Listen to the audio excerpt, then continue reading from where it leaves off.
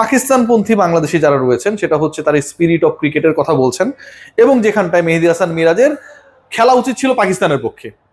বাংলাদেশে অনেক সময় অনেকেই পাকিস্তানের পক্ষে খেলেছিল। মেহেদী হাসান মিরাজ এবং তার দল লিটন কুমার দাস এবং অন্য যারা ছিল মাঠে, তারা কেন পাকিস্তানের হয়ে খেললো না এবং মিস্টার আগাকে কি কারণে আউট করার পরেও আম্পায়ারকে বইলা ক্রিজে রাখলো না, সেটার জন্য একটা বিশাল অন্যায় অপবাদ হয়ে গেছে। একজন ক্রিকেটার, যেই ক্রিকেটার তিনি খেলছেন একটা দলের হয়ে, সেই দলটার নাম হচ্ছে পাকিস্তান, এবং সেই দলের হয়ে তিনি খেলতে নেমে বাংলাদেশের হয়ে বল করিয়ে বাংলাদেশের বোলারকে কাম ফিল্ডারকে দেবেন। এই যে ঘটনাটা, এটা কি পৃথিবীর ক্রিকেট ইতিহাসে কোনো জায়গায় কোনোভাবে অ্যাকসেপ্টেবল? কোনোভাবে অ্যাকসেপ্টেবল না।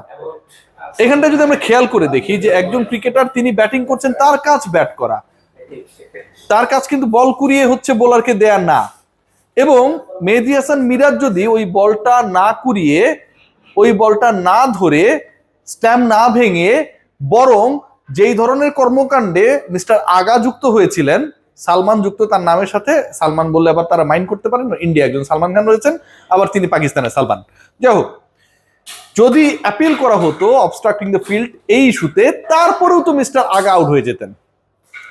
একজন ক্রিকেটার দুই ধরনের আউট, একটা হচ্ছে তিনি ওই বল প্রথমত আটকাতে পারেন না, তিনি পপিং ক্রিজের বাইরে রয়েছেন, তার যে ওই মুহূর্তের পজিশন রয়েছে সেই পজিশনটা হচ্ছে পপিং ক্রিজের বাইরে, এবং তিনি he was towards the other end of the wicket. So ওই জায়গা থেকে যখন তিনি একটা বল ধরার চেষ্টা করছেন, ক্লিয়ারলি অবস্ট্রাক্টিং দ্য ফিল্ড। প্রথমত তিনি ধরতে পারেন না, দ্বিতীয়ত তিনি ধরতে গিয়ে ধরতে পারেন না, এরপর রান আউট হয়ে তিনি থুতু ছেটাচ্ছেন, খাঁটি বাংলা যেটাকে ছ্যাপ বলে। তো এই যে কর্মকাণ্ডটা তিনি করলেন, এবং এই কর্মকাণ্ডের খেসারত হিসেবে পাকিস্তানি কমেন্টেটর থেকে শুরু করে সবার দাবি হচ্ছে এখানটায় স্পিরিট অফ গেম বা ক্রিকেটে বিশাল ব্যত্যয় ঘটেছে, এবং মেহেদী হাসান মিরাজ এবং তার টিম এটা করেছে। ঘটনা অন্যভাবে সামলানো যেত। এই ধরনের গুরুবাক্য লঘুবাক্য আমরা বিভিন্ন জায়গায় দেখছি, এটা কোনোভাবেই কমপ্লিটলি আনএক্সেপ্টেবল। আপনি খেলতে নেমেছেন বাংলাদেশের মেহেদী হাসান মিরাজ, বাংলাদেশ দল লিটন কুমার দাসরা এখানটায় পাকিস্তানের হয়ে খেলতে নামে নাই, তারা বাংলাদেশের হয়ে খেলতে নেমেছে।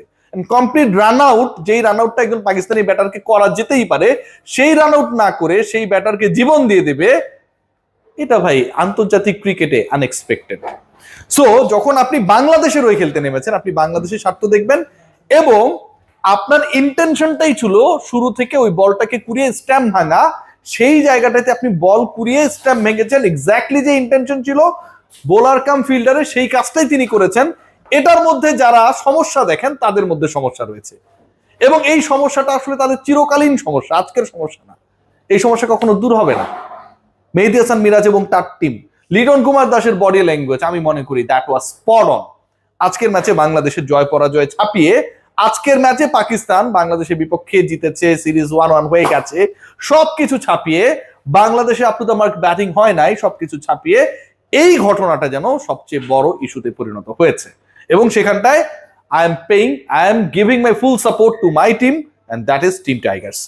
এবার আসি অন্য ডিসকাশনে, যে বাংলাদেশ আজকের ম্যাচটা হেরে গেল। বাংলাদেশ আজকের ম্যাচ ঠিক বিপরীত ক্রিকেট খেললো। আগের ম্যাচে বাংলাদেশ যে ক্রিকেটটা খেলেছিল, যেভাবে পাকিস্তানকে হারিয়েছিল, যেভাবে বাংলাদেশ পাকিস্তানকে 114-তে প্যাক করে দিয়েছিল, কোনো ধরনের প্রতিদ্বন্দ্বিতা হয়নি, ব্যাটিং করতে নেমে বাংলাদেশ 209 বল হাতে রেখে জাস্ট উড়িয়ে দিয়েছিল। আজকে সেটার বিপরীত ক্রিকেট আমরা খেয়াল করেছি, এবং এই বিপরীত ক্রিকেটটা বাংলাদেশ দলের দায় রয়েছে, বাংলাদেশের পরিকল্পনার দায় রয়েছে, বাংলাদেশের ব্যাটিং ডিপার্টমেন্টের দায় রয়েছে, এবং কিছুটা বৃষ্টিরও দায় রয়েছে। কেন আমি আসলে এই আলোচনাটা করছি? দেখুন, একটা দলের বিপক্ষে আপনি খেলতে নামছেন, এবং খেলতে নামার পর যখন বৃষ্টি নামলো, বাংলাদেশের তখন খেলাই হয়েছে ব্যাটিং ইনিংসে 6 ওভার 3 বল। এরপরে বলা হচ্ছে যে 32 ওভারের মধ্যে আপনাকে করতে হবে 243 রান। আমি যদি ফিগারটা না ভুল করে থাকি, যেই দলটার করার কথা ছিল 50 ওভারে 275, যেই দলটার করার কথা ছিল, I am saying you again, 50 ওভারে 275, সেই দলকে করতে হবে ডিএল মেথডে। যেহেতু বৃষ্টি হয়েছিল, ওভার কাটিল হয়ে গেল, কিচ্ছু করার নেই, 32 ওভারে 243, মানে আপনার 18 ওভার কমে আসলো, এবং এই 18 ওভারের পরিবর্তে প্রতিপক্ষের রান থেকে মাইনাস করা হয়েছে মাত্র 35 রান। বাংলাদেশ দল যদি ফুল 18 ওভার খেলার সুযোগ পাইতো, প্রতি ওভারে যদি 2 করেও রান নিত, তারপরে তো 36 হয়ে যায়। সো ব্যাটিং ডিপার্টমেন্টে যারা ছিলেন তারা আসলে ভয়ঙ্কর একটা প্রেসারের মধ্যে ছিলেন। ওই সময়ের সেট ব্যাটার তাওহিদ হৃদয়, লিটন কুমার দাস, তারা ওই প্রেসারে পড়েছেন, তাদেরকে প্রেসারে ফেলা হয়েছে। 13 রানে প্রথম উইকেট নেই, 13 রানে দ্বিতীয় উইকেট নেই, 15 রানের মধ্যে বাংলাদেশের টপ 3 ব্যাটার নেই। আপনি যখন এরকম একটা টোটাল প্রায় 350 চেস করার জন্য ব্যাটিং করতে নামবেন, ঠিক তখন প্রথম 3 ব্যাটারকে কিন্তু অন্তত একজনকে ক্লিক করা দরকার ছিল, উইকেটে থাকা দরকার ছিল, তৃতীয় হওয়া দরকার ছিল, একটা ভালো স্কোর দরকার ছিল, যেটা করতে ব্যর্থ হয়েছেন সাইফ, যেটা করতে ব্যর্থ হয়েছেন আগের ম্যাচের অসাধারণ খেলা তানজিদ হাসান তামিম, এবং যে স্কোরটা করতে ব্যর্থ হয়েছে নাজমুল হোসেন শান্ত। নাজমুল হোসেন শান্ত তিনি স্কোরই করতে পারেন নাই, নাম্বার 3 টোটালি ফেইল্ড।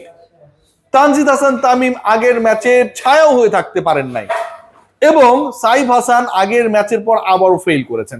সো এই ঘটনাগুলো যখন ঘটবে, টপ 3 যখন 15 রানসের মধ্যে চলে যাবে, এরপরে বৃষ্টি নামবে, বৃষ্টির পরে যখন খেলা হবে, সেই খেলায় যখন আপনার দলকে করতে হবে 32 ওভারের মধ্যে 243 টু উইন দ্য ম্যাচ, যেই ম্যাচটা ছিল 50 ওভারে 275 টার্গেট ছিল, 3 উইকেট চলে যাওয়ার পর এটা কোয়াইট ডিফিকাল্ট, এবং লিটন কুমার দাস সেই জায়গাটায় চেষ্টা করেছেন।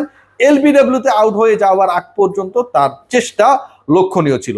এখন ভাবুন যে বাংলাদেশে ওই সময় যদি বৃষ্টি না আসতো, তাহিদ হৃদয় অনেকক্ষণ খেলেছেন, লিটন কুমার দাস ক্রিজে ছিলেন, বাংলাদেশের টার্গেটটা যদি 32 ওভারে 243 না হয়ে 50 ওভারে 275 থাকতো, তাহলে নিশ্চয়ই লিটন যেই বলটায় বিট হলেন, যেখানটায় ব্যাট আর প্যাডের মধ্যে বিশাল পার্থক্য, যে বলটায় তিনি সুইপ করে 4 মারার চেষ্টা করলেন, সেই শটটা নাও খেলতে পারতেন, কারণ একই ওভারে তো তিনি রান পেয়েছেন, একই ওভারে কিন্তু বাউন্ডারি লাইন বল ক্রস করিয়েছেন, ঘটনাটা অন্যরকম করতে পারতো। Bangladesh totally unlucky here.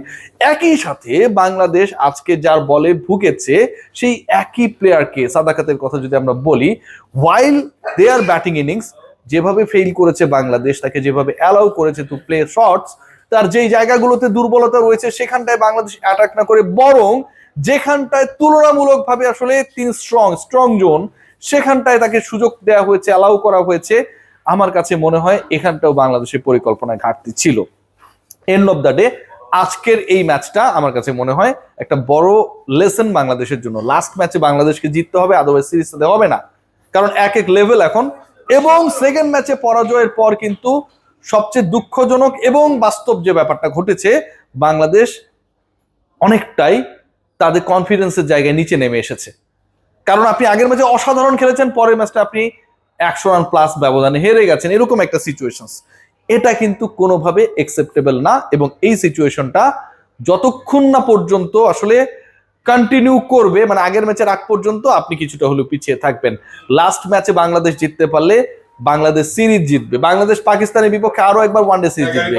Last ম্যাচে বাংলাদেশ জিততে পারলে বাংলাদেশের র্যাঙ্কিং যেটা এই মুহূর্তে 10 রয়েছে, সেটা 9-এ চলে যাবে, কারণ you are beating a team যার র্যাঙ্ক হচ্ছে এই মুহূর্তে number 4 and you are at number 10। So এটা আরেক দিক থেকে। এবং লাস্ট ম্যাচটা যদি বাংলাদেশ জিততে পারে, যেহেতু প্রথম ম্যাচে বাংলাদেশ দারুণ জয় রেজিস্টার করেছে, সেই সক্ষমতা তাদের রয়েছে, তাহলে আমার কাছে মনে হয় থ্রু আউট দ্য ইয়ার বাংলাদেশের যেসব ওয়ানডে ম্যাচ রয়েছে, সিরিজ রয়েছে, বাংলাদেশকে ভালো খেলতেই হবে তাদের র্যাঙ্কিংটা 8-9 এর মধ্যে রাখার জন্য। ওয়ার্ল্ড কাপের